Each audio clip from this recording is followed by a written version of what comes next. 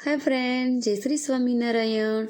શું તમે પણ પરેશાન છો? આવી રીતે કોથળીને ડબલ ગાંઠ વળી જાય છે, પછી ગમે તેટલી ખોલીએ છીએ તો ખુલતી જ નથી. આપણે સબ્જી લેવા ગયા હોય, ફ્રૂટ લેવા ગયા હોય કે દુકાનમાંથી કોઈ પણ વસ્તુ લઈને આવીએ છીએ તો આવી રીતે ડબલ ગાંઠ વળેલી હોય છે અને ગમે એટલી કોશિશ કરીએ છીએ તો પણ આપણી ગાંઠ ખુલતી નથી.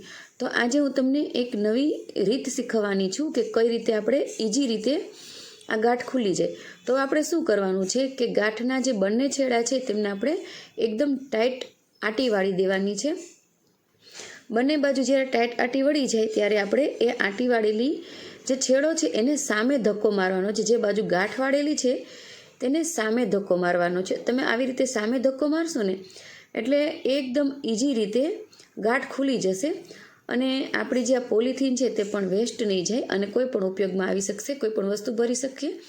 જો ફ્રેન્ડ્સ, આસાનીથી આપણી ગાંઠ ખુલી ગઈ છે. તો તમને આ સ્ટાઇલ કેવી લાગી કમેન્ટ કરીને જરૂર જણાવજો.